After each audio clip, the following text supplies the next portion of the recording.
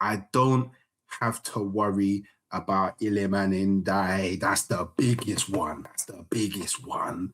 No Iliman Ndiaye. Big up the African Cup of Nations. You have blessed me. Because Iliman Ndiaye is such a problem. Such a problematic player.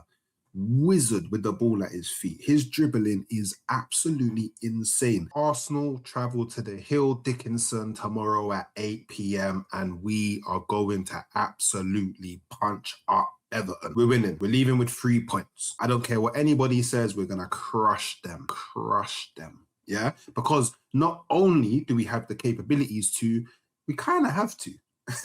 Because we come off the back of scraping a narrow victory against Wolves, and we need to restore balance to the world again. We need to remind everybody in the Premier League that we are the top dogs. You ain't lying. And with Manchester City playing West Ham at home prior to us, they're picking up 3 points. They will go above us. For a few hours, we will need to rectify that. This is a big game week. If Manchester City win and we do not win, the conversation shifts, right?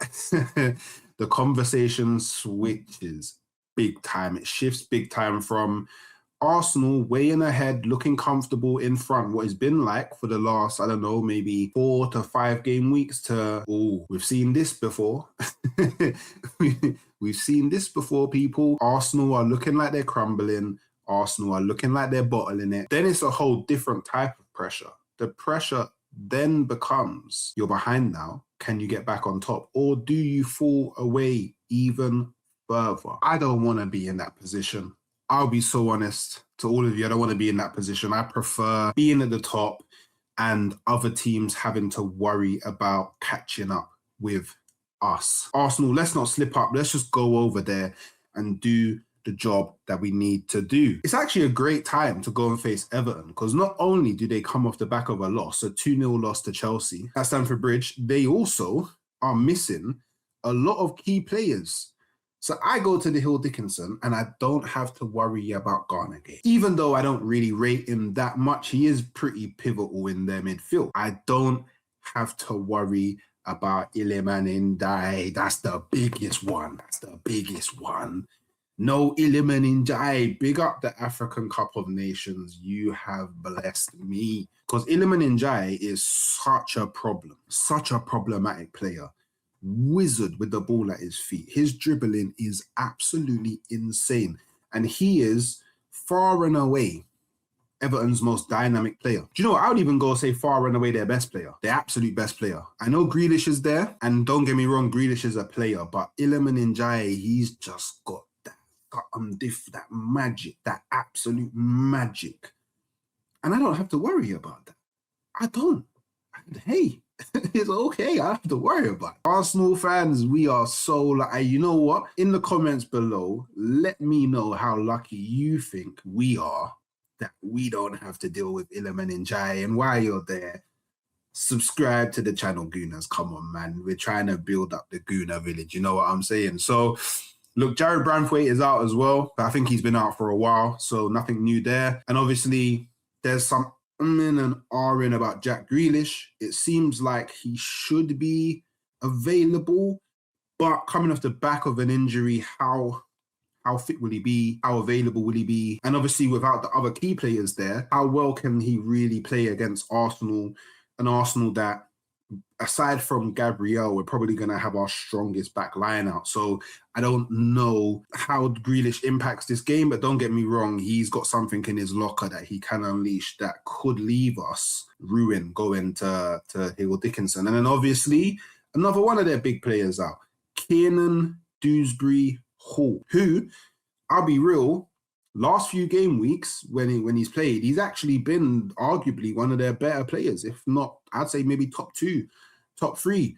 So Arsenal have caught a bit of life when it comes to players that are unavailable for Everton. And that's going to have an impact on the game because Everton, I feel like this season, Everton haven't really done the low block. I feel like they've actually tried to play football this season. Obviously, it was working with all their players that they have, but I feel like there could be that kind of feeling of, oh, our better players are missing. Let's just drop back a bit and maybe play for a draw, because everyone kind of does that against Arsenal anyway. Everyone plays to not lose opposed to playing to win when they play against Arsenal. So I'm expecting something similar to happen there. And then obviously when it comes to Arsenal, as we found out recently, Kai Havertz back on the NHS. I think Calafiori's back from his suspension. I think his suspension was only 1 game.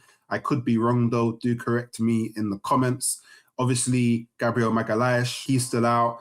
Apparently, he won't be back until the end of December. Obviously, Ben White went out recently.